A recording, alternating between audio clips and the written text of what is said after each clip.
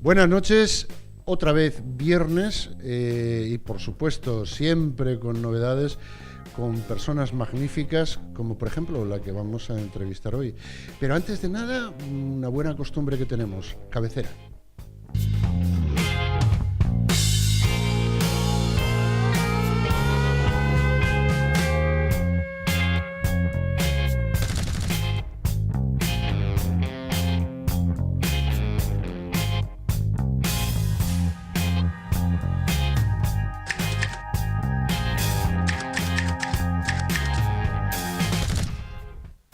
Bueno, pues como os contaba, hoy tenemos con nosotros, para mí una persona grande, porque yo soy de Gijón,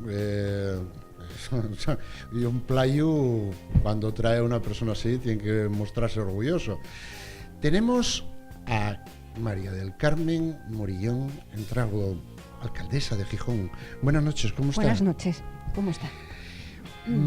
Yo, alcaldesa, iba a decirle, bueno, yo soy de Gijón, me siento orgulloso de ser de Gijón, sobre todo desde que usted está al mando.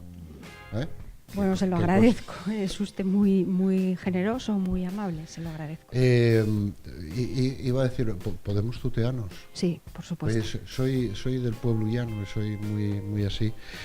Yo iba a decir, porque hay mucha gente que dice, bueno, los partidos, la persona está por encima de los partidos. Yo voto a la persona. Vamos a ver, ¿quién es María del Carmen Morillón Entrago? Bueno, yo lo que le puedo decir es mi trayectoria. Mi trayectoria es que tú, como... por favor. Bueno, pues nos tratamos de tú, efectivamente. Lo que te puedo contar es mi trayectoria, que es conocida. Yo nací en Gijón. Y bueno, hice un intento de explorar otros mundos cuando estaba haciendo la especialidad de cirugía. Bueno, nos llamaba mucho la atención los cirujanos de élite de Madrid que hacían trasplante hepático y estuve 3 meses en Madrid creyendo que aquello era lo mejor y bueno, volví encantada y realmente fui consciente de la calidad de vida que teníamos en Gijón y desde entonces volví y ahí sigo, en Gijón. ¿Y naces en Gijón? Sí, nací en Gijón. No sería de caballeros preguntar en qué año. Sí, en el 66, muy fácil. Voy a cumplir 52 años en octubre, ¿Quién si Dios quiere. ¿Quién los tuviera? Claro que va a querer. Y yo iba a decir, ¿en qué barrio naciste? Bueno, pues yo nací exactamente en la Providencia, en el barrio de la Providencia. Mis abuelos, los padres de mi padre vivían en Somió de toda la vida y los de mi madre en la Providencia. Bueno, pues los de mi madre tenían una casería. Sí. Pues que eran muy en Somió hoy ya por desgracia ya no quedan. Ya. Entonces, bueno, pues era una casería donde había el ganado y después la tierra se trabajaba. Mi abuela trabajaba, era de las, pues como tantas mujeres que trabajaba en casa y fuera en la tierra, ¿no? Y después mis otros abuelos, bueno, pues uno trabajó en la pecuaria hasta que se jubiló y mi abuela pues trabajaba en casa. La otra. ¿Estudiaste? Estudié en el Santo Ángel, sí, Ángel. no había COU, yo era de la época del COU y entonces, bueno, pues podías elegir el Corazón de María, bueno, un instituto público, pero de aquella, pues nada, yo tenía unas amigas que iban a los jesuitas, pasamos la entrevista de rigor que te hacen y hice el último año en los jesuitas, guardo muy buen recuerdo de toda la etapa, pero los jesuitas en ese colegio, en la Inmaculada en Gijón, me ayudó a tener una visión más grande, más amplia del mundo realmente y sobre todo a dar el paso de lo que yo quería hacer, que era medicina, que no lo tenía yo lo tenía claro, pero había me habían hecho una valoración psicológica en el colegio y me habían dicho que no valía para pero médico. Tú de niña en el colegio, vamos, ¿nunca habías pensado en la medicina? ¿O? Bueno, cuando en la adolescencia, pues yo esto nunca lo conté, pero bueno, ahora es así, lo Muchas cuento. gracias. Bueno, yo soy de esa generación que crecimos con Félix Rodríguez de la Fuente. Sí. Y a mí me encantaba la biología y me encantaban todas estas cuestiones. Y cuando yo tenía 14, 15 años, digo, bueno, pues como Félix Rodríguez de la Fuente era odontólogo y acabó en esto, pues yo voy a hacer la misma trayectoria. Fíjate lo que se nos ibas a ser pasa odontólogo por la cabeza. Sí. Y porque además uno de mis abuelos estaba empeñado en que hiciera odontología, le gustaba a él aquella cosa. Y luego pasé, bueno, cuando ya me dicen las monjas que no valgo para medicina, que mejor para carreras de memorizar y tal, pasé ahí un disgusto grande, no me atreví a decirlo en casa. Y finalmente ya los jesuitas, por eso tengo ese buen recuerdo. Esa exactamente, puerta. y que yo podía hacer algo de ciencias, y entonces tenía muy claro que quería hacer medicina y tenía muy claro que quería hacer cirugía. Pero fíjate, te estoy hablando del año, yo empecé la carrera en octubre del 84, todavía para las mujeres había personas que decían, no hombre, la cirugía general no, que son muchas horas de quirófano, que no sé, una mujer es mejor que haga ginecología, pediatría, y yo me empeñé. Le di un disgusto a mi abuelo porque quería que hiciera odontología y bueno, hombre, le ya se diste un empezó disgusto todo. a tu abuelo, pero hiciste feliz a muchas mujeres. Bueno, y yo digo, creo que sigues de vez en cuando haciendo feliz. No es hacerlas feliz. Bueno, perdona que Sí. no es corregirte, es simplemente como lo veo yo. Sí, sí. Yo creo que no se trata de hacer de hacerlas feliz. Lo que se trata es de acompañarlas y de que se sientan que en ese momento están en las mejores manos del equipo que sea el que tienen que estar. Que en definitiva es lo que hay que tratar de hacer con los pacientes. A los pacientes, hoy que se habla tanto de transparencia en todos los lados, Ajá. bueno, pues los médicos tuvimos que aprender a que había que decirla. A mí me enseñaron al principio a ocultar las cosas para no disgustar a las personas, y las familias lo pedían creyendo que hacían lo mejor. Después fue cuando nos enseñaron que eso no valía, y lo vimos, sino que había que decir a las personas, bueno, pues la verdad, soportable, eso sí, y siempre darles una esperanza. Y yo creo que con las mujeres del cáncer de mama en Cabueñes lo que hicimos fue abrir una nueva etapa donde, primero, informar de todo para que sepan el alcance del proceso que tienen. Y a partir de ahí, hacer lo que mejor sabemos que hacer, que son los tratamientos, y acompañarlas. Que eso no nos lo enseñan en la carrera. No. ¿Me Eso sale del corazón. Eso lo tenemos que aprender allí, y viendo, o sea, tú te ponen 40 pacientes para ver en una consulta, algunas de ellas con problemas muy serios, y cuando abres la puerta tienes que en 30 segundos deducir del aspecto que trae, de cómo se sienta, de cómo se mueve, de cómo tal, cómo está afectada y la preocupación que trae. Mi mujer, que te conoció como Mir en Cabueñes, sí, dice de ti que eras o eres, que estás aquí aún, una médica maravillosa, una mujer excelente y que muy humana. Yo creo que es que, a ver, el humanismo en la medicina, o sea, tú tienes que ser el mejor operando, pero tienes que poder transmitir al paciente o a la paciente y a la familia que estás haciendo todo lo que se puede, que se está haciendo lo mejor por ellos, y sobre todo cuando las cosas no van bien, porque si las cosas van bien, sí, bueno, nada, no hace falta esa faceta nuestra del humanismo, no, pero cuando las cosas se tuercen y no van bien a la primera o no van bien después, tú tienes que estar ahí. Lo que no puedes es abandonar al paciente, y tienes que poder ser capaz de acompañarlo hasta el último momento. Y eso es muy difícil. ¿Pero por qué es difícil? Porque no nos enseñan en la facultad. Por eso es difícil, porque lo tienes que aprender a golpe de estar horas en el hospital y... Como era aquello que lo que la ciencia no da Salamanca, no lo... Bueno, aquello que yo... Es que no soy de refranes. Pero bueno, si tu mujer, que fuimos compañeras, te lo contará, las horas en el hospital es lo que te forja y lo que te da... Son muchas horas, sí, pero bueno, también tienes que saber que hay médicos que no son tan humanos. Bueno, pero también es verdad, yo tuve un jefe de sección, Javier Pelletán, que tengo muy buen recuerdo de él, y Javier Pelletán nos enseñaba, lo primero que nos enseñaba cuando estábamos en la consulta es, señorita, le decía a la enfermera, descuelgue el teléfono.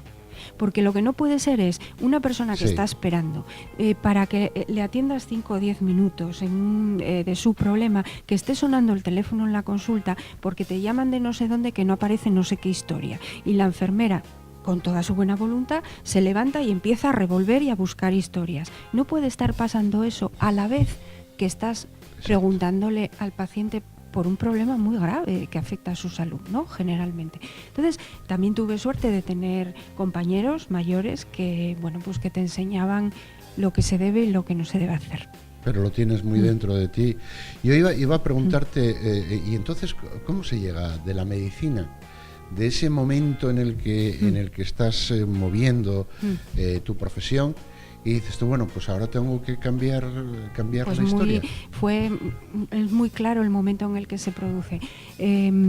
Yo en el hospital habíamos con unos compañeros formado la unidad de mama, habíamos tenido muchas resistencias, las habíamos vencido, las pacientes estaban la mayoría muy contentas, teníamos un modelo organizativo muy respetado por los colegas nuestros de otros hospitales de España, y yo esa etapa estaba cumplida. En el 9 se muere mi marido, que después de 4 años de enfermedad, esto es el 9, y en el 10 se empieza ya, a finales del 10, a hablar de cuestiones políticas, ¿no? De cambios políticos que se pueden venir de cara a las elecciones del año 11. Y es verdad que yo tenía compañeros en aquel momento que en las guardias hacíamos nuestras tertulias y todos coincidíamos en que estábamos hasta el gorro de dos partidos, a ver, Sí, que se me entienda. Del bipartidismo de dos colaboracionista. y no se me entienda como partido, sino al final como las personas que estaban Sí. ahí y que se repartían el pastel en el buen sentido de la palabra, y tal, y aquí no se movía nada. Y nosotros en la sanidad no estábamos bien, en el hospital no se estaba bien. Y entonces surge ahí, me acuerdo, todo esto lo comentábamos mucho, en diciembre del 11 es cuando del 10, Álvarez Cascos dice que no va con el PP, y se habla de fundar un nuevo partido. Y bueno, pues era un momento, yo que sé, por edad, por circunstancias personales, ilusión, que yo digo, bueno, pues me apunto a foro. Y jamás había estado afiliada a nada. Bueno, al sindicato médico, a lo único. Sí. Y con las mismas aquella primavera, yo, bueno, me afilié, fui con una amiga, me afilié, y recuerdo ya que lo siguiente fue una llamada de Isidro Martínez Oblanca y de Miguel Conde, que en paz descanse, un compañero al que tuvimos mucho afecto, y me llamaron y yo dije, ¿podríamos hablar contigo? Sí. Y me pasé la noche entera leyéndome las memorias del hospital, recapitulando, porque yo creí que me iban a preguntar cómo se podía en el programa electoral abordar las listas de espera. Tú fíjate lo que pensé yo, y me fui con todos los datos de gestión, yo encantada de poder decirles y asesorarles. Y fue cuando me propusieron encabezar la candidatura de Foro a la alcaldía, y bueno, fue un mes, me acuerdo, complicado, porque dije que no. Y después, lo repensé, y entonces dije que sí. Me costó pues 2 meses que mi padre no me hablara, y circunstancias familiares de que te ven en una profesión que costó mucho trabajo sacar, que tal, y de repente, pues fíjate lo que es el concepto de la política, lo que teníamos muchas personas en la cabeza. La política no vale. La política está deteriorada, la política es lo peor. Eso es lo que la gente está viendo, ¿no? Que dice, el político, no sé qué. Pero estamos viendo precisamente que las personas, que son las como que todo. hacen, y son las personas que son del pueblo, que tú eres una persona de Gijón muy querida, muy renombrada, y que encima se te conoce o se te reconoce esa gran humanidad, y precisamente yo creo que fue lo que te hizo impulsar hacia la alcaldía. Carmen Morillón, Meca, ¿no? Bueno, nosotros pensábamos que yo estaba, con el equipo de compañeros que concurríamos a las elecciones y demás, decíamos, pues si logramos sacar 3, 4 concejales, pues ya cambia la dinámica y vamos a guerrear y vamos a tal. Lo que no nos podíamos imaginar es que iba a acabar el proceso como acabó.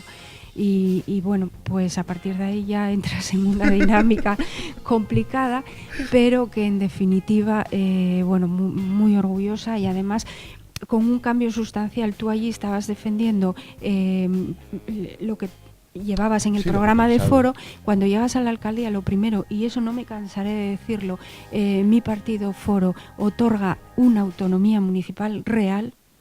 No se mete en los asuntos de los ayuntamientos para nada, y eso ha sido fue lo que nos hizo posible hacer el trabajo que hicimos, mejor o peor, pero el que hicimos es responsabilidad nuestra, porque Foro nos dejó autonomía municipal desde el primer día. Pero otra cosa que te cambia mucho cuando llegas es que de repente te ves como yo le digo a los niños, en la oficina de alcaldía, porque si les digo despacho se asustan. Entonces yo le digo, ¿queréis ver la oficina de la alcaldesa? Y entonces pasan a verlo y tal. Cuando estás en la oficina, lo que te das cuenta, y yo que tengo la vista a la mar, y a San Pedro, bueno, pues es que tú en ese momento te pusiste al frente para intentar mejorar las cosas para todos, no para los que te votaron. Exacto. Sino para los que te votaron, para los que no, para los que se quedaron en casa, para los que se quedaron y no en casa, fueron a votar, los que te quieren al frente como capitana. Exactamente. De este barco llamado Gijón. Exactamente. Y entonces, bueno, pues igual me alargo mucho en las respuestas. No, vamos. Yo soy una oreja que escucha y aprendo. Contigo aprendo. ¿Cómo se ve Gijón desde tu perspectiva? Que tu perspectiva lo ves, lo sé, con el corazón. Bueno, yo veo Gijón. Quiero con el cerebro también. ¿Cómo ves Yo Gijón? veo Gijón, bueno, primero es el sentimiento, es que yo nací en Gijón, como creo que naciste tú, Sí. Y bueno, pues tenemos ese sentimiento. Yo veo a Gijón que... Yo soy del Coto, ¿eh? Bueno, fíjate, un barrio, el Coto, increíble, pero lo veo de la siguiente manera. A mí me tocó verlo y gestionarlo en unos años complicados. Que no me estoy excusando, Doy fe de ello. Pero nosotros empezamos a trabajar en el ayuntamiento en el verano del 11, y al verano siguiente, en los discursos de inauguración de la Feria de Muestras, era algo así como que sabemos que España va a ser rescatada, nos falta saber qué día y a qué hora. Finalmente no fue rescatada, efectivamente, se rescató a los bancos, eso es objetivo y notorio, ¿no? Pero esas fueron las circunstancias. Llegamos a tener un pico de personas desempleadas en el año 13, enero del 13, 31.000 personas. Hoy tenemos 22.000 largas. Bueno, pues se ve, yo lo viví estos años con mucha preocupación.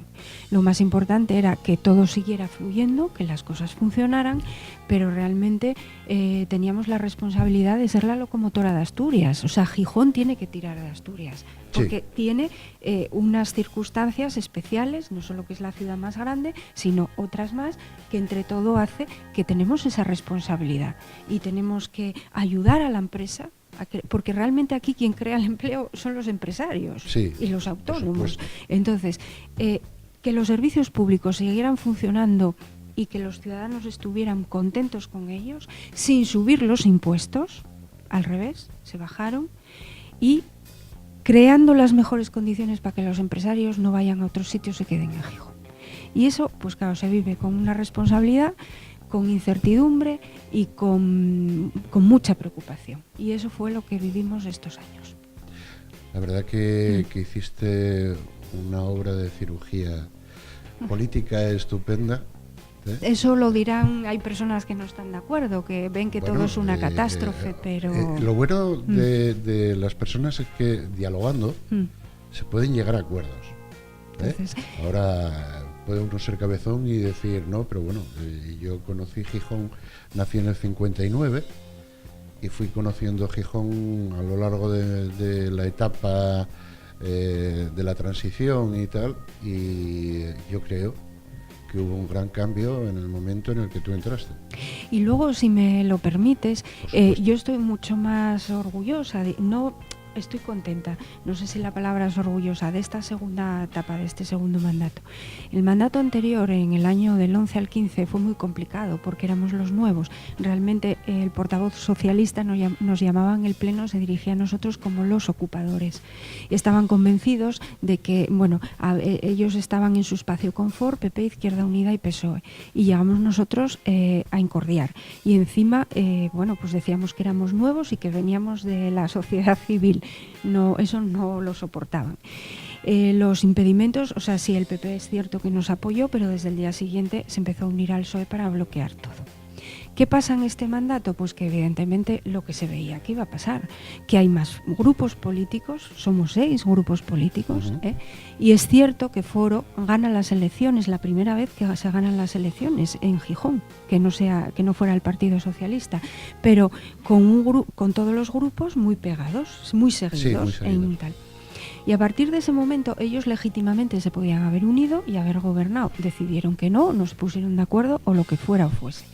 Y a partir de ese momento la responsabilidad era no hacer aquello una catástrofe del ayuntamiento, llegar a acuerdos, los que fueran buenos, pequeños, o me refiero a lo mejor a acuerdos pequeños, pero bueno, acuerdos, tener un orden allí y dar una imagen delante de Gijón de que lo que los gijoneses quisieron que fuéramos 6 partidos, que somos capaces de entendernos. Sí, por supuesto. Y yo tengo que agradecer, porque no hay mal ambiente, aunque a veces en la prensa se reflejen normalmente cosas, pero se lo digo de verdad, yo tengo más que otra cosa en la balanza pesa agradecimiento al resto de los grupos políticos por los acuerdos alcanzados, que son muchos, de pequeño tamaño y de más calado, como puede ser lo que llevamos hecho del Plan General de Ordenación y el Plan de Vías.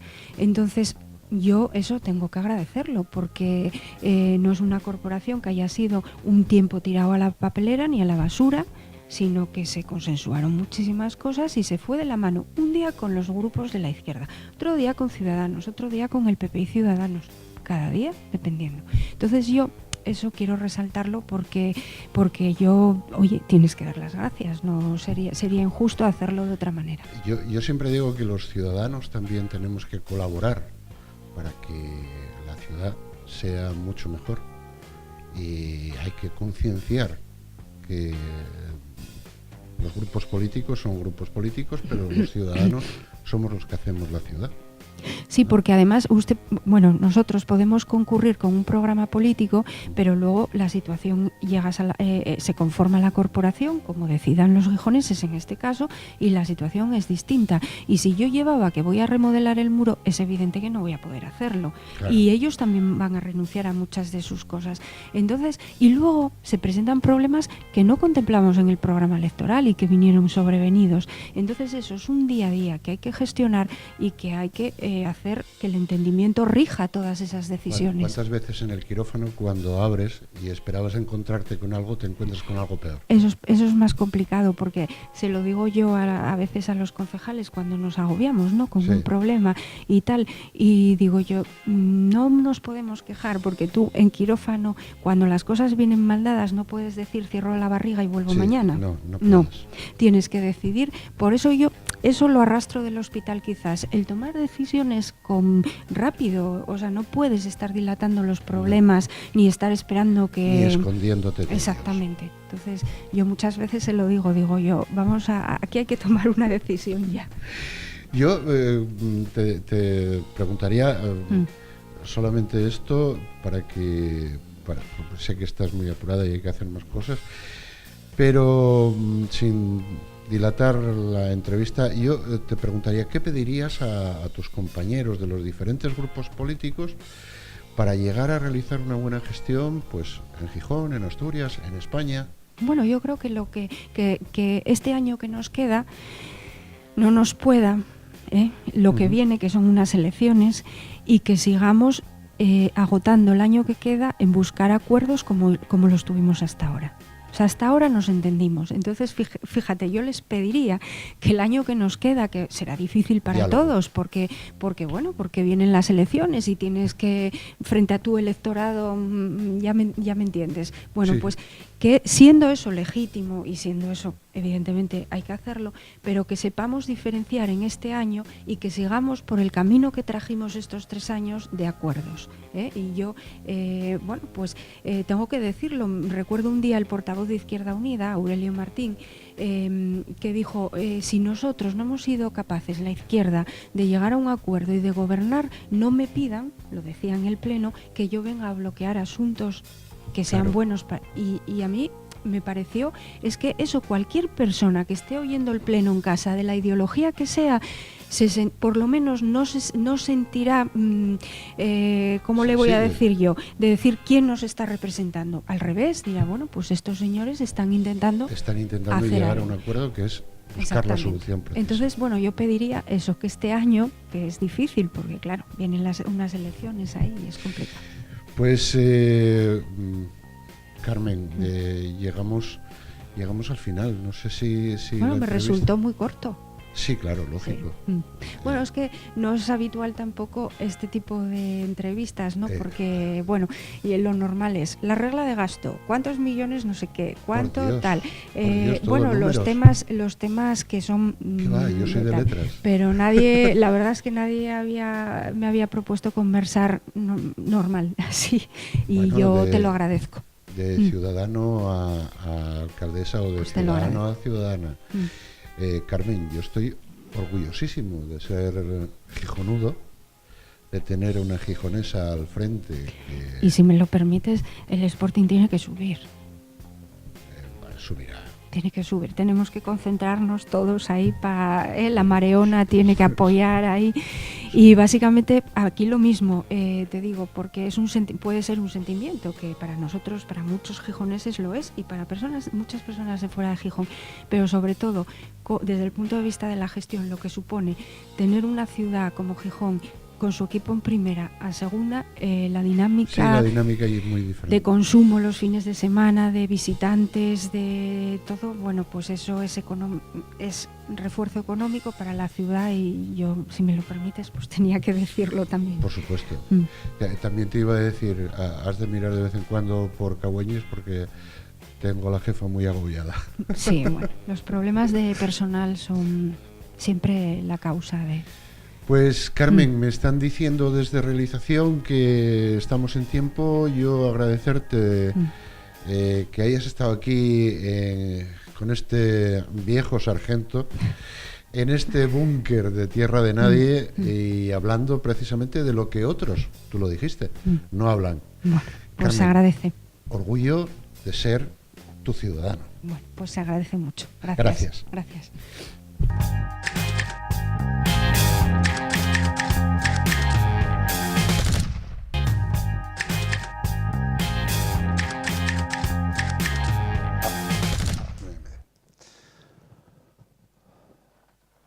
Buenas noches. Tras la publicidad y haber conversado con Carmen Morillón, la alcaldesa de Gijón, vamos a continuar nuestro programa especial de los viernes.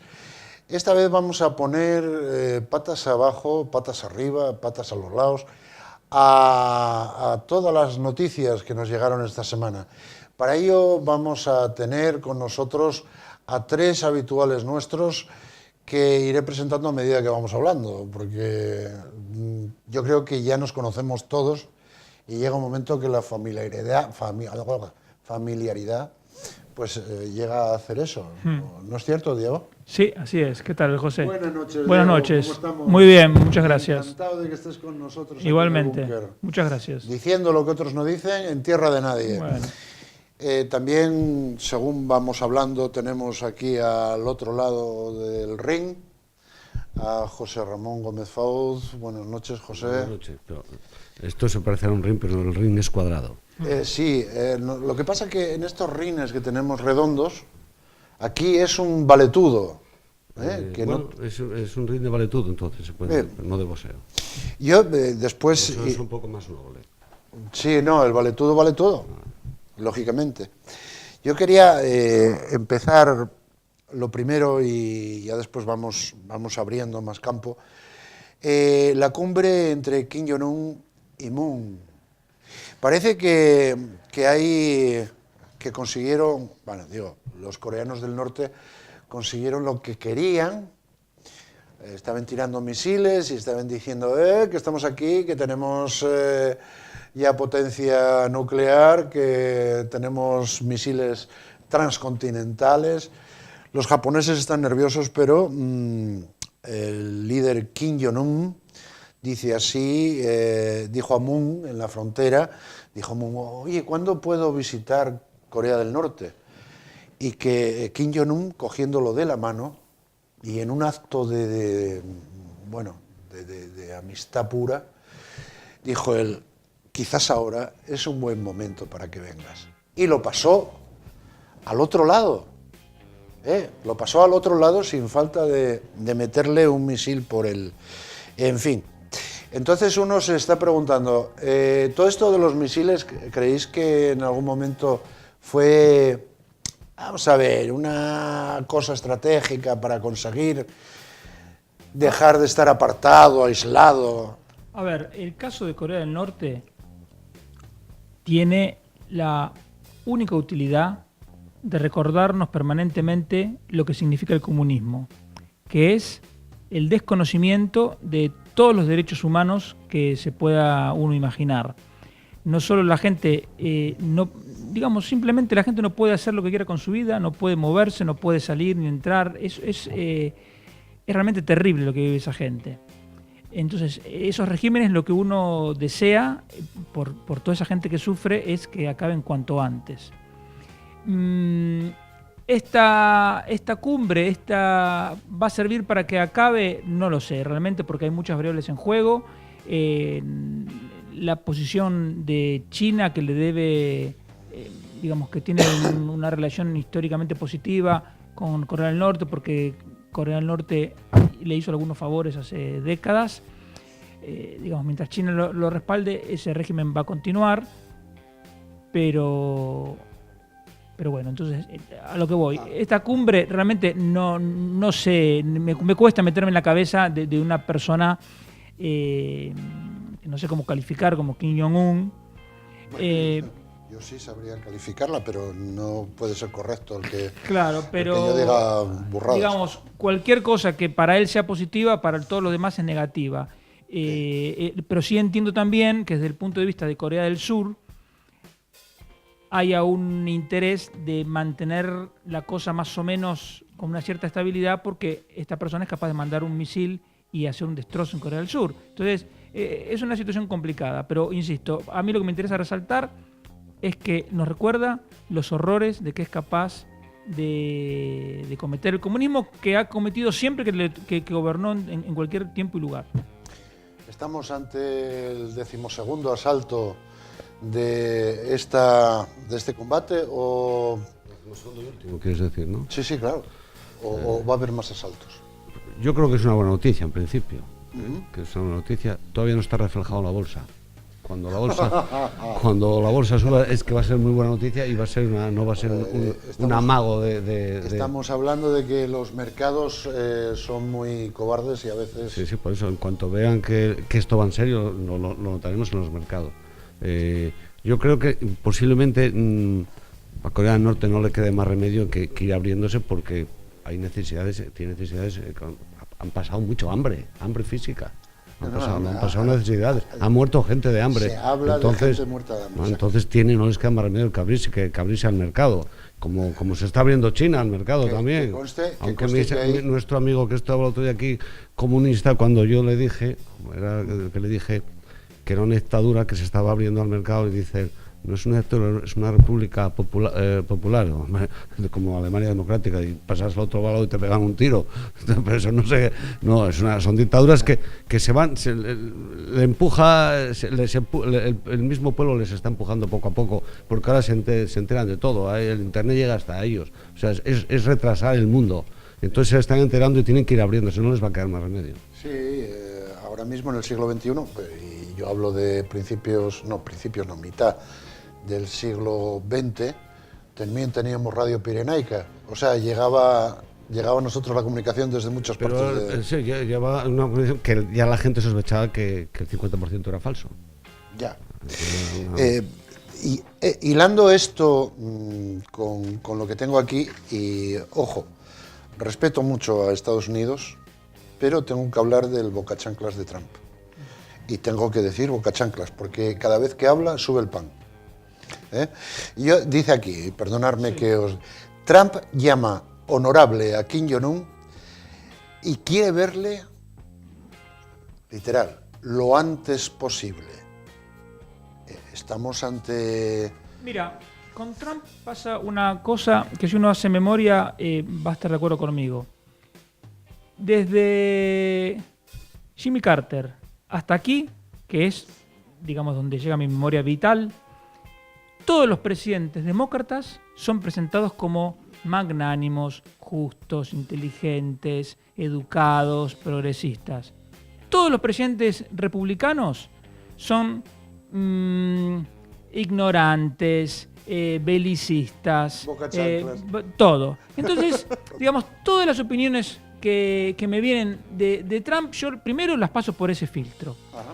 Porque en el caso, por ejemplo, muchas veces en ese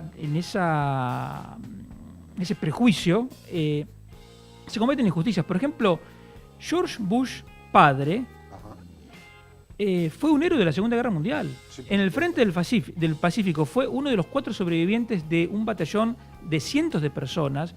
Sobrevivió a la deriva no sé cuántas horas en el Pacífico. Digamos, es una persona que no es que defendía en teoría la libertad, puso en riesgo su vida por defender la libertad. ¿Y qué vamos a decir de Ronald Reagan, que fue el que derrotó al comunismo en la Guerra Fría? Pero claro, la izquierda, y cuanto más la izquierda radical, nunca le va a poder perdonar a los republicanos haberlos derrotado. Una pregunta, Sí. perdona que te corté. ¿Y John Fitzgerald Kennedy qué era? Era demócrata. Y por eso su enorme buena imagen, aunque también tuvo la desgracia luego de ser asesinado, Sí, que quedó ahí en el aire. pero ¿De dónde había sido entonces, asesinado? a lo que voy, Trump no me genera simpatía a priori, pero me niego a considerar cualquier cosa que haga mala por definición, digamos. Y en este caso de Corea del Norte es un ejemplo, porque cuando lo estaba amenazando con que le iba a atacar, iba a ser una solución definitiva, decían, qué barbaridad, Trump, ¿cómo está diciendo esto? Ahora que lo quiere ver, también está mal. Entonces, es lo que digo, siempre está mal. Yo hay una cosa que siempre me digo, que un paisano y un paisano, aunque peguen a mujer en casa. Pero cuando uno tiene una idea y se centra en esa idea y va por lo que va, cambiar la idea, sobre todo siendo Trump. Digamos, a mí me parece más razonable. Y más, perdona, Sí. y más tuitear, Y bueno, más allí de una cría de 18 años. Sí, lo que pasa es que, a ver, también Twitter tiene la ventaja, Twitter, cualquier red social, que uno puede conocer de primera mano un pensamiento o una idea de un líder político, de un actor, de un cantante, o lo que sea. Qué fatal. Bueno, pero antes eso no pasaba. Entonces, uno luego podría estar de acuerdo o no estar de acuerdo, pero no me parece mal que una persona quiera dirigirse directamente a Claro. su público. Yo lo que pienso es, ¿qué intenta sacar de uno y de otro lado? Bueno, lo que intenta sacar cualquier político son votos. Eso es evidente y digamos, y una vez que se consigue el poder, retener el poder. Luego le saldrá bien o le saldrá mal. Uno estará de acuerdo o no estará de acuerdo. No, dinero en el caso de Trump no creo que le haga falta. Pero... Encima, el dinero. Sí, por eso. No, pero quiero decir, ventas de armas, venta de... Bueno, a ver, la industria armamentista es otra que tiene mala imagen, pero en realidad, como dijo Ronald Reagan, y tenía razón, la inversión en defensa tiene un retorno tan grande que no se puede medir, porque el retorno es la libertad. Y es verdad. Sí. Yo en eso, y Diego te lo digo en serio, estoy de acuerdo. Si quieres la paz, prepárate para la guerra. Digamos, los ejércitos tienen una función fundamental que es disuadir a los demás de atacar.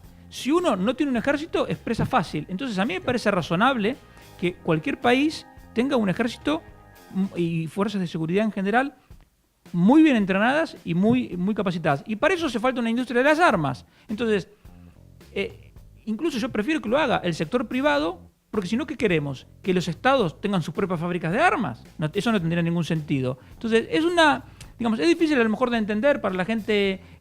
Ya, aquí en España tenemos la fábrica de armas de Trubia. Santa Arba, Eso es privado. es americana Es ahora. americana. Ahora es americana, ya por fin. Sí, es americana. Entonces, bueno, Bueno.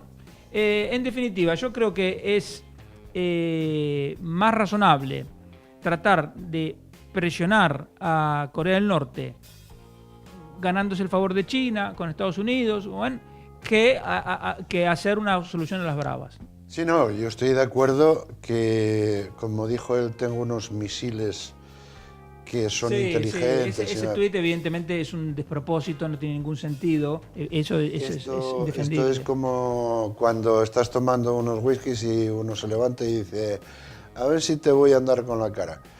No se puede amenazar. Un presidente no puede escribir un tuit así. Presidente, a mí levántaseme un tío a ver si te voy a andar con la cara y le ando con la cara yo. Quiero decirte, yo nunca amenazo. Es que las amenazas, cualquier persona que haya estudiado teoría de la estrategia, teoría de la decisión, las amenazas se tienen que cumplir, porque si no uno ya pierde toda respuesta. Es como le dice al niño, te voy a castigar, y luego no lo castiga, chao, el niño hace lo que quiere para siempre. Diego, un segundo, vamos a ir a publicidad. Vale, muy bien. Y seguimos porque hoy estamos a tope de cosas. Como os vea tocar el mando e ir a otra televisión, os corto el dedo. En unos segundos estamos aquí. Venga, nos vamos a publicidad.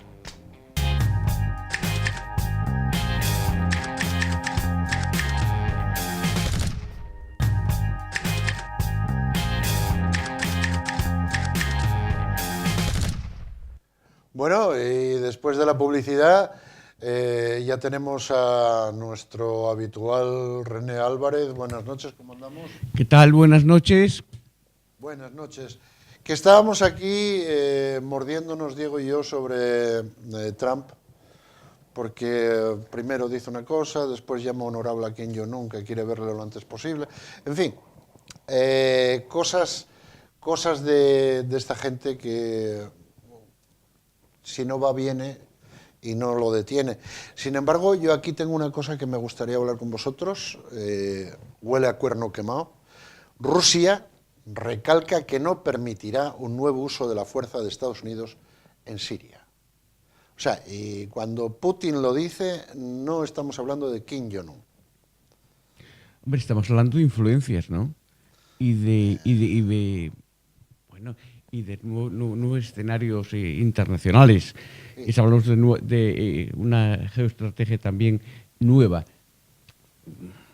O sea, Rusia quiere entrar en Oriente Medio, lógicamente, y ha entrado a través de Siria y a través de Irán.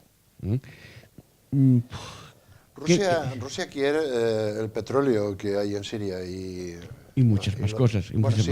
Pero aparte, por ser, yo digo como gente de la calle ignorante de la política, y lo que veo es el intentar meterle zarpes en el gas y el petróleo, ¿no? Que después hay otras cosas, pues claro, la venta de armas, que es también necesaria, pero ¿hasta qué punto estamos volviendo otra vez a una situación caliente en ese Oriente Medio donde ya está caliente? ¿Qué cojones? No, estamos asistiendo a la entrada de protagonistas que lo habían sido internacionales. Unos sí, otros no. Rusia quiere volver a tener un papel importante a nivel internacional. Está entrando en Oriente Medio igual que está entrando o intenta entrar en otros lugares. Y China quiere ser una gran potencia mundial. Bueno, lo está siendo ya. Lo está haciendo. Económicamente puede serlo en pocos años como potencia hegemónica, incluso como primera potencia. A nivel económico estoy hablando, Sí. Con lo cual estamos asistiendo a eso, a que nuevos agentes internacionales, nuevas personalidades, nuevas naciones en este caso, que quieren tener un papel, como dirían en Sudamérica, protagónico, ¿no? Que quieren tener un papel protagónico, y lo están teniendo ya, lo están teniendo. Yo creo que el paradigma es Siria, precisamente, donde el papel de Rusia es un papel material, no es un papel meramente de influencia, de economía. No, es que tiene una base allí, una gran base, por cierto. La gran base mediterránea de Rusia, que nunca la tuvo. Bueno, pues la tiene en este momento en Siria. Que estamos hablando que pasaba lo mismo cuando Kuwait y la British Petroleum y los Estados Unidos, Inglaterra, otra vez allí. Pero bueno, yo lo que digo es, volvemos otra vez a las amenazas. ¿Tú amenazaste alguna vez? Oye, que voy... Me defendí, no amenacé. Exacto. Ni agredí deportivamente nada más. Que de todas maneras... Pero no de poca forma, ¿eh? Que no de poca forma, agredías tú, no de poca forma. Llevaba dinamita en Sí, cada... madre mía. Bueno, alguna vez la dinamita estaba mojada también, ¿no? Que... Bueno, eso fue cuando empezamos a envejecer ya. No,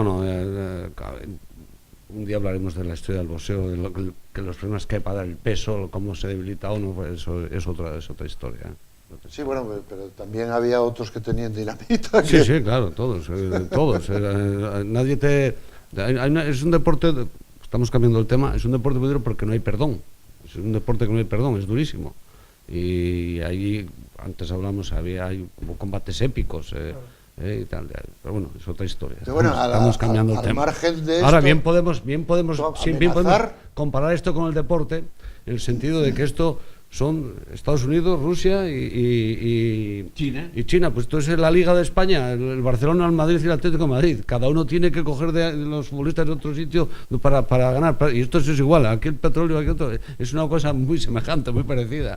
Nadie quiere perder el poder. Pero amenazar no nos lleva a la agresión. Bueno, depende. La amenaza en política en general, en política internacional, es una herramienta más. Digamos, hay que usarla con precaución porque, como dije antes, si uno amenaza y luego no cumple la amenaza, el descrédito es total, ¿no? Sí. Entonces, es una herramienta más, hay que usarla con cuidado. Y yo vuelvo a decir lo mismo. Entonces, ¿para qué sirve la ONU? Bueno, la ONU para no muchas cosas. Sí, está... Con esa resignación Sí. lo define todo. Sí. Con esa resignación. No, es que cada cierto tiempo deberíamos hacer cambios estructurales a nivel social, a nivel político, a nivel mundial.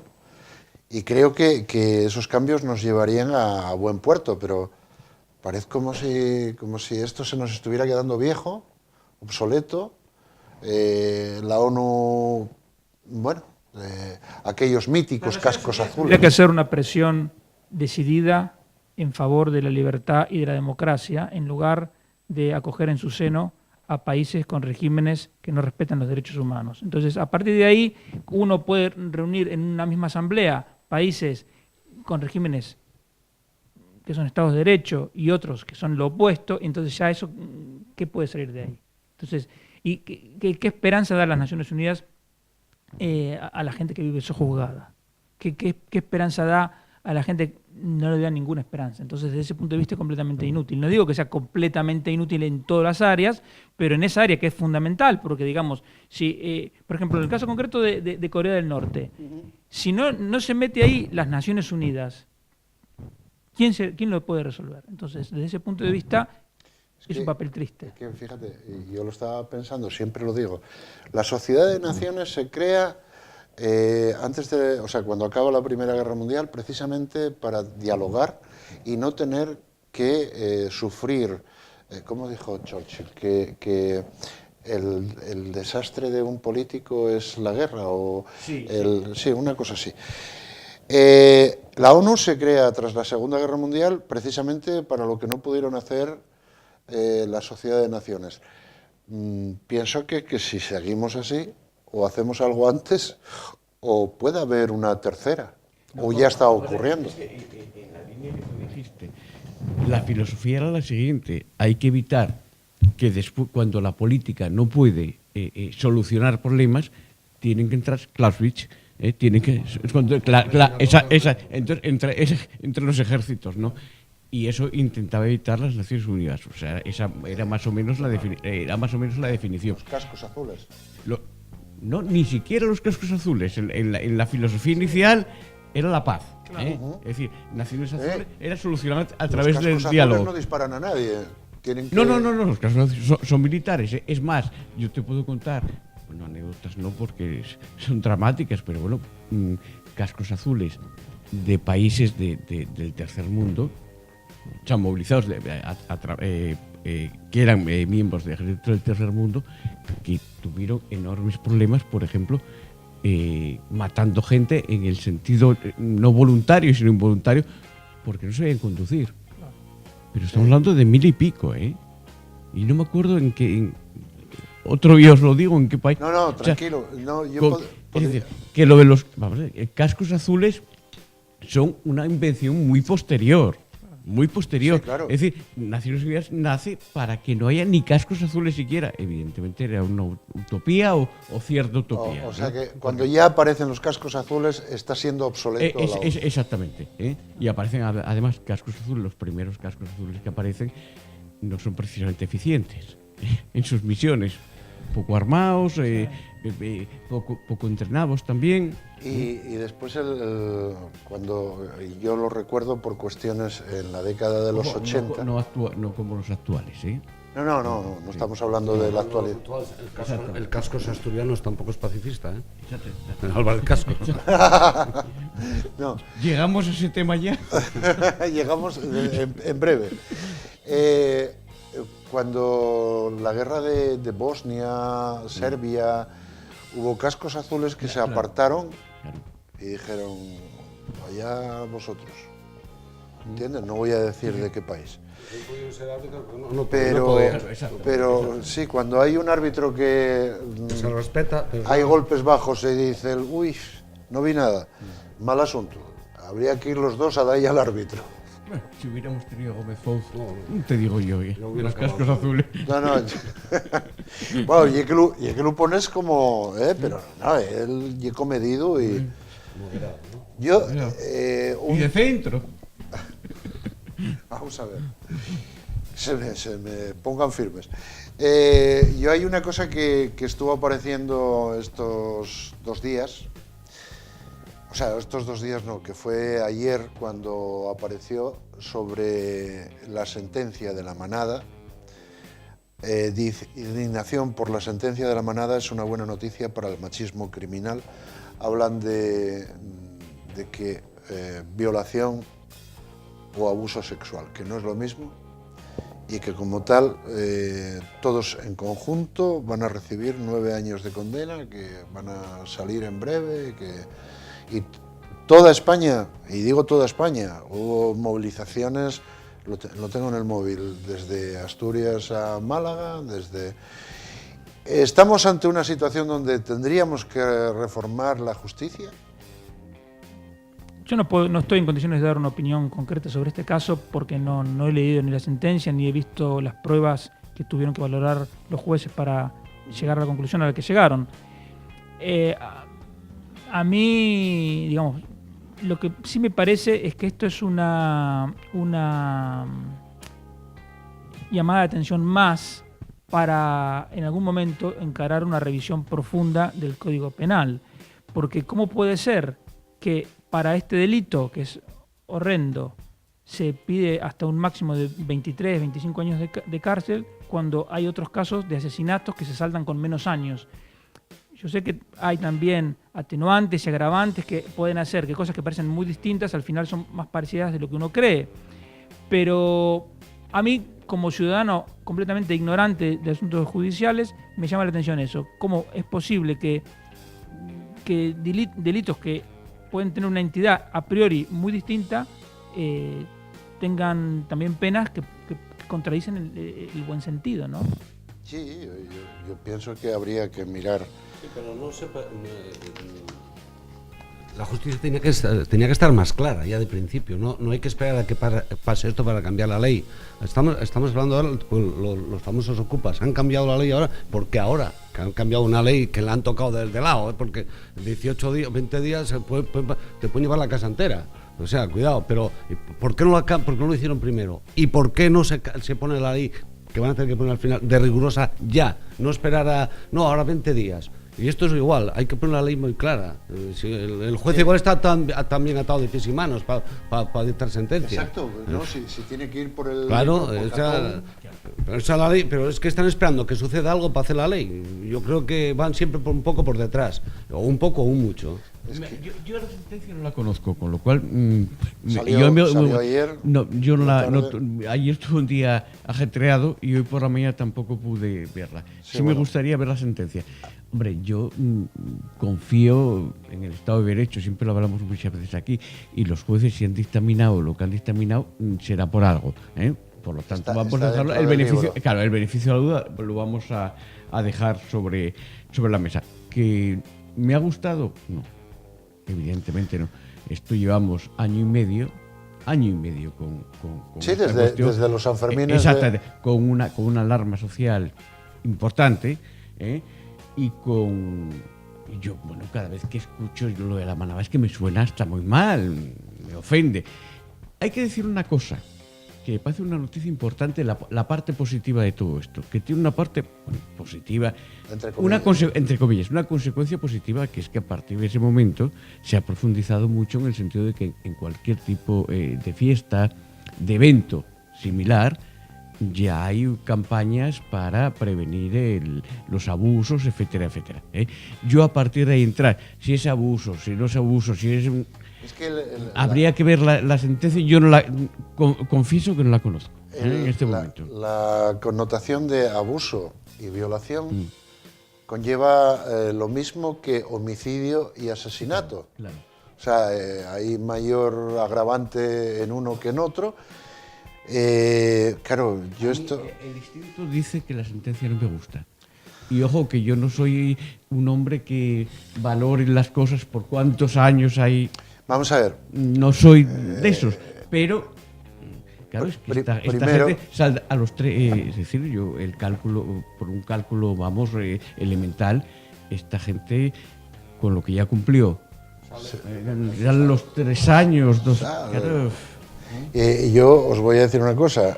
Lo primero que suelo decir con esto es que soy hijo de una mujer, soy padre de una hija, tengo una hermana. Y yo, la verdad, y os lo digo, vuelvo a decir que yo nunca amenazo, que yo la justicia la haría por mi mano. Claro, la justicia claro. privada. Fíjate lo que, como privada, ciudadano. Justicia privada. Pero como ciudadano, fíjate, Diego. Injusta, Sí, valga claro, la redundancia, claro, uno se toma la cosa por su mano. Yo creo que fue hace 25 o 30 años, un caso también paradigmático de todo esto en Alemania, cuando una madre con... Sí, señor. Sí, ¿te acuerdas, no? Sí, Una sí. madre con una hija violada cogió y se cargó, y yo creo que fue hasta en el juzgado. Sí, sí, Exactamente, en el juzgado, a la salida del juzgado, exactamente, algo así. al Es violador. que Claro. esto puede llamar a lo que estamos hablando, de esa justicia injusta o como lo quieras llamar. Sí, lo que pasa es que, insisto también, mucha gente toma posición sin conocer todo todo. Claro, entonces a lo mejor lo que tendríamos que hacer es también hacer un llamamiento a la prudencia, ¿no? Porque realmente no sabemos. ¿no? Exacto. Eso es lo inteligente, es el concepto inteligente. Va a haber un recurso. Pues Además ahí eso, se claro, puede- ambas partes van a recurrir. Recursos, en Claro, plural. claro. El problema es lo que antes que estábamos off the record, estábamos hablando de el que se está perdiendo ciertos valores y esto nos lo está dando a entender. Llega un momento en que si la justicia no se reforma, es posible que, bueno, andemos muy flojos todos y acabemos haciendo Lo que no se debe. verdaderas. Y bueno, Eso que piensas de que te pasa a ti, que lo piensa media España o toda España. vamos a ver. Otra cosa es que también lo piensas y lo dices y luego no lo haces. No. Pero eso lo piensa toda España. Y, claro, el problema es cuando lo piensas pero no lo dices. Sí, pero hay, exacto. Pero todos, Ese es el peligroso. todos tenemos una madre, Sí. casi todos tenemos una hermana y casi todos tenemos una hija. Y una esposa que no. Sí, bueno, no lo has metido ahí. la esposa, entonces no espero. Ni lo digo. Ya sobre la marcha. Pero lo que quiero decir es que si eso lo pensamos, está en el aire. Y está en el aire y tú ya sabes que cuando algo está en el aire... Medina, ¿puedo ser políticamente correcto? Por favor. Eso de tenemos, no tenemos mujeres armadas, hay que decir vivimos con. Tenemos, sí, por la... Exactamente. Claro. Claro. Seamos Bueno, políticamente esto, pero las mujeres en este sentido Yo se soy tienen, muy políticamente correcto. se tienen que callar un poco la boca porque todas las mujeres, para hablar del marido, el mío. El mío. Todas las mujeres en Asturias, no el mío, o el mío, no, pero el mío. Entonces, hay que no nos llamen machistas. Somos feministas bien intencionados. Si René tiene razón, yo no tengo, sino que ellas me tienen a mí. Muy bien. Y vamos a amarillear la situación. Ya en este decorado tan amarillo, si amarillamos la situación, esto huele, ¿a qué? Cristina Cifuentes. Bueno, ya llegamos. Ya llegamos por fin. Lo veía yo venir. Y no sé por qué. No sé René, no sé por qué. Pero sí, hay una cosa que quería comentar. Tenemos por ahí el vídeo que se emitió en OK, creo que era Diario. OK Diario. Sí. Me gustaría que lo viéramos, vuelvo a decir, es amarillismo, pero bueno, lo vamos comentando según lo estamos viendo. El problema de todo esto viene de dentro, de fuera. ¿Qué crees, René? Lo vemos. Vemos que la coge el segurata, la mete a una señora que yo en principio creía que era un fake, fake porque se dice que puede ser alguien que se parece, no sé qué. Después la fuente dice que no, que era ella, le hace sacar todo lo que tenía en el bolsillo, la mira, tal, y al final, pues lo que era un par de cremas de 40 euros, no sé qué. Bueno, lo primero, sí, lo vemos otra vez, dándole vueltas, pero bueno, que ya lo vimos y tal. Lo primero, yo creo que esto es la puntilla que se le da al toro cuando no está muerto del todo. Segundo, esto tiene que venir de dentro, René. No puede venir de fuera. ¿Me lo preguntas? No, yo te no explico. te lo pregunto, yo estoy investigando y hay cosas, yo no sé, digo yo, esto me huele que alguien desde dentro acaba de apuntillar a Cifuentes. Mi reflexión sobre Sí, esta por cuestión. supuesto. En primer lugar, si te pasa esto, que tampoco es un tema de corrupción, ni mucho menos, son 2 botes 40 de euros. 40 euros. No, esto Pues es eso, una inmoralidad. inmoralidad. Es una inmoralidad. Corrupción no. Pero mira, y quieres seguir en la vida, quieres seguir en la vida política, incluso la vida civil, y que no te lo saquen. Cuéntalo. Desde el primer momento. Ya está. Yo creo que el pecado original es ese. No haberlo contado, no haberlo hecho público. Bien, perfecto. A partir de ahí, esto porque sale curiosamente en medio de todo un proceso muy complejo, desde hace mes y medio, donde suceden muchísimas cosas, bueno, pues es bastante sospechoso, y lo digo yo, que no tengo ninguna información sobre el tema. Pero evidentemente esto es bastante sospechoso. En el PP de Madrid hace mucho tiempo, desde hace años, ha sido un partido muy conflictivo. Eso hay que reconocerlo porque es público notorio. ¿Lo estás diciendo por la lideresa, por Aguirre? No, estoy diciendo desde allí. Ajá. Persona con la que tengo relaciones hasta familiares, por cierto. Y Madre soy yo mía. el que lo digo, ¿no? Ha habido desde hace muchos años muchos problemas y yo estoy absolutamente de acuerdo en el diagnóstico de Mariano Rajoy diciendo que en Madrid tiene que haber un borrón y cuenta nueva. Eso es verdad, ¿eh? Ha habido demasiados conflictos y demasiados problemas y eso hay que corregirlo. Pero al final todo sin dramatismo. Insisto, si esta señora desde el primer momento hubiera dicho, me pasó tuve este problema, me pasó esto, por esto, que no sé por qué le pasó. Anécdota. Claro, pues También decir la verdad verdad que uno nunca se va a poder imaginar que van a sacar a relucir un vídeo de hace 7 años. No, yo siempre lo creo, ¿eh? Te sacan lo que tengan. Siempre. Yo creo que hay que estar prevenido en yo ahí- esas cuestiones. Perdona un momentito. Pero El que tenía el vídeo, si es del partido, es un corrupto, porque eso hay que sacarlo al momento. No, esa frase que sale entre los políticos, los trapos sucios hay que lavarlos en casa, de eso nada, Estoy de acuerdo cara al público. Estoy de acuerdo contigo. ¿Eh? Estoy de acuerdo Eso contigo. es un tópico. Como pero para no además- estar de acuerdo No, con no, él, no, no. no. Pero además hay otro tema. ¿Sabría Cifuentes que existía ese vídeo? O sea, Sí, porque sí, sí, lo sabía. ella era Lo sabía. consciente. Lo sé, ya era consciente, Bueno, lo sabía. entonces, Bueno, hay una... Políticamente fue torpe porque tenía que haberse adelantado. Claro. Yo una Yo- ocasión tuve un tal... lo que pasa es que algo debe pasar cuando uno llega al poder, que se debe sentir más poderoso de lo que realmente es. Entonces, como diciendo, haber pensado que si salía a la luz lo que podría hombre, manejar, lo podría... Yo si me Que permitís... no se iban a Ahora, atrever. lo que yo diría es una cosa. Evidentemente, robar, o intentar robar, porque finalmente las tuvo que pagar, intentar robar botes de crema o cualquier cosa en un supermercado es algo que está muy mal. Ahora, si vamos a poner el listón tan alto, no queda nadie aquí, ¿eh? No queda nadie, porque a mí, digamos, todos sabemos que en esta sociedad hay muchas conductas que no superarían una cámara oculta.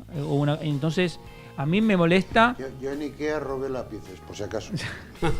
A mí me molesta que, por ejemplo... Ya verás tú mañana en otras televisiones lo que va a pasar a raíz de esa afirmación tuya. Sí, no, en Ikea robé hasta 3 lápices de una vez. A mí me molesta que, por ejemplo, una persona como Íñigo Errejón se presente, va a ser el candidato de Podemos a la Comunidad de Madrid, cuando es una persona que es público y notorio, que ha incumplido un contrato con una universidad pública. Por lo tanto, cobró un dinero público que no ha devuelto, un dinero que no le debía. Y sin embargo, tenemos que tolerar lecciones de moralidad de una persona como esa.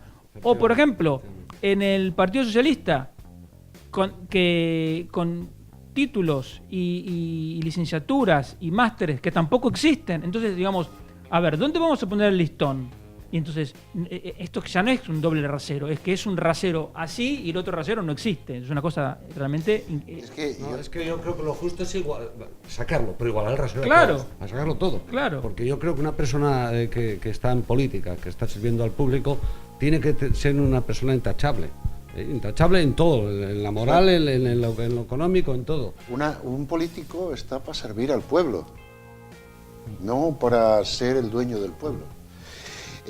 Yo, una cosa que decía... Dice, perdona, Dime, de José María García, dice muy bien, José María García, dice, los políticos son empleados nuestros. Tienes razón. Por supuesto. Estás pagando, son empleados nuestros, está muy bien dicho por parte de José María García. Y yo creo que eso deben de tener en cuenta. Bien, es verdad que no son todos, hay una mayoría que se comportan como es debido. Lo que yo ya no estoy tan de acuerdo, vuelvo a decir lo de antes, los trapos sucios hablamos en casa. Porque entonces el que sabe algo y no lo dice, ya no deja de ser un pequeño corrupto. Espera un momento, a ver si vas a soltar algún nombre y vamos todos para Villabona. Hace falta eso, ya sabes que tú ya sabes, aquí tengo la lista negra, pero no tengo pruebas. Sí, pero bueno, quiero decirte que en Villabona tenemos allí también amigos y vamos allá. Yo recuerdo a un presidente de un principado, no voy a decir de dónde, que le dije, acuérdate que estás en la política y tu pasado va a pesar. ¿Eh? Entonces, yo veía a Cristina Cifuentes que era me gustaba como política para Madrid. Pero a partir de todo esto, de un máster que se saca de la manga y todo esto, bueno, parece que se me cae de aquí. Bueno, a lo que vamos. Dejemos la situación, vamos al siguiente punto, que ETA reconoce el daño causado, pero solo pide perdón a una parte de las víctimas. Yo pregunto, ¿ETA es normal o tiene algún defecto congénito? O sea, perdona que os pegue 4 tiros porque sois una víctima colateral, pero a aquellos no me hace falta pedirles Hombre, perdón. hay una parte del discurso de ETA que quiere seguir manteniendo intacto. Es decir, ETA ha perdido el pulso, lógicamente, y lo ha perdido con un Estado democrático. Es decir, si lo hubiera perdido con un Estado autoritario, pues su discurso tendría vigencia y validez. Pero evidentemente ETA lo que ha matado es a muchos, bueno, a todos a los que ha matado son injustificables de todo punto. Vamos a ver, matar Sí. es injustificable Y ya de por sí. todo punto, absolutamente. ETA quiere mantener una parte de su discurso de que ha habido víctimas A y víctimas B. Por ejemplo, gente de los miembros de los cuerpos de seguridad del Estado ejercientes en el País Vasco, bueno, eso es bueno, pues eran objetivos militares, pedimos disculpas por los civiles. No, eso no es así. Eso no es así. Ellos quieren mantener unas afirmaciones que son las siguientes, que ellos han tenido víctimas también. Que ellos han tenido víctimas. Hombre, Claro, si disparas, te disparan. claro, si disparas, claro. Exactamente. ¿Quién empezó la pelea y en qué momento se empezó? Que es una cuestión muy complicada, pero bueno, pero es evidente quién son los malos y quién son los buenos. Ojo, pero hay una frase de Italo Calvino que también vamos a tener en cuenta. En medio del infierno hay que ver quién no es infierno y hacerlo crecer y darle espacio. La frase preciosa, ¿no? Bien, no todo es blanco y negro. Es decir, yo creo que ha habido en algunos casos, en una lucha antiterrorista, pues ha habido errores. Sí, y habrá que reconocer. Estamos hablando de Gal Claro, y alguna otra cosa. Habrá que reconocerlo también. Bueno, pero eso no justifica en absoluto haber matado a casi 1000 personas. Mira, hay una comparación numérica que no vale, pero bueno, pero que ilustra un poco, ¿no? Si contamos toda la gente que mató la Inquisición en España y los que mató ETA, la diferencia debe ser de 500 o 400. Es increíble. Y lo de claro. la Inquisición en un tiempo mucho mayor. Con 400 años. Por eso. Claro, es muy buena reflexión. Claro, veámoslo así Tenía también. más dinero Y además la Claro. Inquisición tenía sus procedimientos. Había una oportunidad de defensa. Uno luego podrá decir, bueno, que era un paripé. Vale, pero había un procedimiento. No, hasta tal punto hay una anécdota de gente de los países protestantes que ahí sí no hubo Inquisición, no, ahí era ya directamente a la hoguera, exactamente. Hay una anécdota de gente que llegó a venir a España y dice, no, a mí que me profese la Inquisición, bueno, no garantías ninguna o pocas, pero por lo menos me fui. Es que es una reflexión muy inteligente. Por un momento pensé en Puigdemont, en Bruselas, en Alemania, en España. Bueno, lo de la sentencia del juez alemán, que es muy importante distinguir entre un juez alemán y Alemania, no tengo ninguna duda que hay, en parte está influida por el prejuicio anticatólico y anti-español. Sí. Hay hispanofobia, digamos, eso es así. A mí tengo familia viviendo en Suiza y me mandaron una viñeta donde decía, estaba el juez alemán diciendo, estoy viendo si y estaba detenido ahí Puigdemont, y decía, estoy viendo si la lista de cargos que me mandan de España es compatible con el derecho local. Y entonces la lista decía, muerte al cabrón, había una horca dibujada, era una broma. Y en Suiza eso es una broma que se publica en un periódico y se sobreentiende, como diciendo, claro, los españoles son unos bestias, son capaces de hacer cualquier cosa, protejamos a este hombre. Y entonces uno dice, pero ¿cómo es que son capaces de eso? Claro, porque venimos de siglos, desde Calvino, Lutero, el nacimiento de las iglesias protestantes, que surgieron como afirmación nacional contra un enemigo que era España y la Iglesia Católica. Bueno, sí, claro, lógico. Entonces, ellos son procesos que tuvieron que ver con la afirmación nacional. Digamos, por ejemplo, en el caso de Alemania, los príncipes alemanes dijeron, aprovechemos a este hombre, Lutero, para romper el yugo con España y con la Iglesia Católica. Entonces, y bueno, aunque nos parezca que no tiene nada que ver, que es algo ridículo, bueno, eso es algo que se ha mantenido durante siglos y está hasta el día de hoy. Y puede ser que cuando yo me bajé a llamar por teléfono a mi mujer en Bruce Butel, en el canal de Kiel, por eso aquellos 3 ingleses me dijeron fucking Spanish shit. Bueno, tal vez, a saber, cada uno, pero que hay un prejuicio, no hay ninguna duda. Y cuando Sí, se dicen los pigs de Portugal, Italia, en parte significa no solo por una cuestión que es verdad, que somos países menos desarrollados económicamente que los más avanzados, pero hay un prejuicio anticatólico y en particular antiespañol, sin ninguna duda. Pues que y por cierto, donde los jueces deciden todo esto de Puigdemont, es la parte más protestante Claro, Sí, bueno, claro. Ahora, de todas formas, ese es un tema que no está cerrado, porque los fiscales alemanes y españoles se han reunido, digamos, va a haber un recurso. Bueno, lo que yo sí diría es que España no ha sido hábil para intentar comenzar a contrarrestar eso. Digamos, esos prejuicios, digamos, va a ser una tarea de décadas, pero es que no se ha empezado siquiera. Yo creo también. Es que el fallo principal fue no tener detenido a Puigdemont.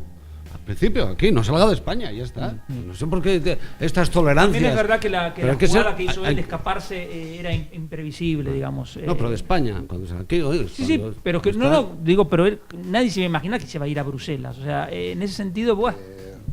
Por unos servicios de información que tenían que estar controlados, controlen esto, si esta gente tenía que estar detenido. Es que en esto yo, en mi opinión, hay que ser muy rigurosos, ¿eh?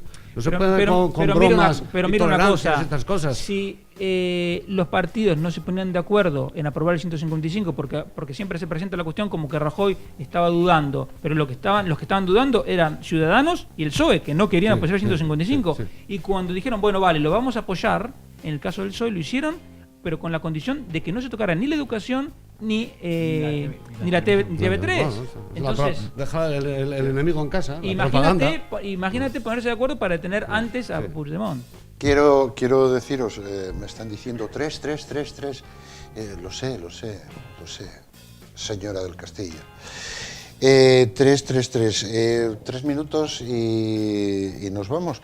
Debe ser por eso, porque el PNV ahora, digo, hilando con lo del 155, el PNV dijo, bueno, vamos a olvidarnos del 155, pero hay que subir las pensiones. Mira, el cargo de presidente de la Nación es muy difícil porque tiene que tomar este tipo de decisiones. Es decir, él tiene que valorar la estabilidad política que supone poder continuar la legislatura, con el coste económico, con el coste político. Es muy complicado. Entonces, si Rajoy alcanzó esta conclusión, entiendo que es porque considera lo que mejor para los intereses generales. Ahora, lo que sí creo que cabe pensar o utilizar, no puede ser que cada presupuesto se tenga que aprobar sobre la base de chantajes de partidos disgregadores, de partidos que son contrarios al interés general. Entonces, lo que yo digo es que, de una vez por todas, hay que reformar el régimen electoral para acabar con la sobrerepresentación de los partidos independentistas. Y esto es una buena forma de recordarlo. De todas formas, vamos a ver. Aquí hay que tener en perspectiva una cuestión importante. Uno, entre las tareas que se ponen todos los días, es ver las televisiones autonómicas, ver una selección de lo que probaban las televisiones autonómicas. La televisión vasca jaleó el tema de los pensionistas, de las manifestaciones, que eran muy pequeñas al principio, de las manifestaciones, lo jaleó hasta el máximo. Con lo cual, al final, en Bilbao había unas manifestaciones que eran cabecera de España, de los pensionistas. Sí. Lo cual ni me parece ni bien ni mal. Es más, yo el tema de la subida de las pensiones, es decir que estoy absolutamente de acuerdo.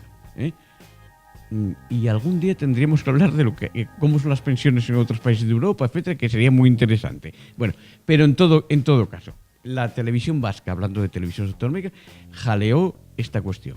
Con lo cual hay una hipersensibilidad ahora mismo en el PNV sobre este tema. O sea que se olvidaron del 155 ya. Sí, no. En el 155, al final, ¿el discurso cuál es? El discurso de Rajoy. Mire, yo quito el 155 cuando se pongan de acuerdo y hagan un gobierno, aunque sean independentistas. Bueno, ya más, ¿qué quiere? O sea, al final le reconoce el discurso que había. Bien, pero en este tema de las pensiones, yo he de confesar que estoy de acuerdo. Yo creo que el tema de las pensiones es un tema que hay que actualizar y que además un partido al que yo pertenezco, que es el Partido Popular, siempre ha sido el partido de las pensiones, el partido que ha defendido que los pensionistas tengan calidad de vida en España, que hay que ir a mejor, siempre hay que ir a mejor. Por lo tanto, este episodio, que defino como episodio, es un episodio presupuestario, que se iba a dar en cualquier otro escenario. Yo lo he defendido aquí, si os acordáis, en esta casa, lo he defendido en esta casa. Por lo tanto, mira, buena noticia, bien está lo que bien, en este caso no acaba, lo que bien empieza. Muchas gracias. si el PNV aprovecha esta iniciativa que se presenta en el resto de España y va a sacar diputados. Pues los jubilados van a votar todos por ellos. Si se presentan fuera del País Vasco, se presentan en Madrid, van a sacar diputados, y nosotros también. Pues es el que más ha defendido a los jubilados del resto de toda España. O sea, si, políticamente o comercialmente, si quiere decir, lo puede aprovechar perfectamente. En realidad yo creo que lo han apoyado porque saben el daño que hacen a las cuentas públicas. Lo hacen a propósito. Es muy probable, sí. Compañeros, nos están diciendo que vamos justos de... ¿Puedo decirlo de siempre? Por favor. Siempre nos queda UCD. Siempre nos queda UCD. Ya sabéis que aquí en el búnker siempre tenemos la libertad de decir lo que otros no dicen. Que lo sé. Diego, Muchas muchísimas gracias. Muy bien. Felicidades por el Club de los Viernes que está dando caña. Hacemos todo lo que podemos. Diego tiene un acento de Mieres, ¿no? Sí, Un un poquito más al sur. Sí. Yo había notado ese acento entre Mieres Diego, y... hombre inteligente, hombre inteligente. Vegadeo. Gracias. Entre Mieres y Vegadeo. Pero asturiano en sí. Campeón. Gracias Es por campeón. estar aquí. Bueno, los campeones nunca... René. Siempre me diré que me mido con Gómez Fouz. No, yo no me mido porque... Yo tengo 65 años, 66 ya. Bueno, yo voy a hacer 60 y no me mido. Bien es verdad que tengo 40 pulsaciones por minuto todavía, ¿eh? Bueno, bien. Bueno, oye, si... Y 10,5 de tensión máxima y 5,5 de mínima. Ah, no, Estoy casi para bosear, cuidado. No digas eso aquí. No digas eso aquí, que no salen novios por todos los lados. Bueno, compañeros, pues muchas gracias. Voy a decir a esta gente que nos está viendo que tengan cuidado con el coche y eso. Y gracias por estar aquí. Desde luego, siempre con vosotros en esta tertulia amena y poniendo en claro y patas arriba la actualidad. Compis, lo que os digo, tener cuidado al salir a la carretera, tener cuidado con el coche, mirar los que vienen de frente, porque a veces no somos nosotros los culpables, y estar al loro, que no seáis parte de lo que va a haber en el fin de semana entre los accidentes. Y con esto y un bizcocho me despido, que el lunes tengo que estar aquí a las 8. Venga, nos vemos. Buenas noches y feliz semana.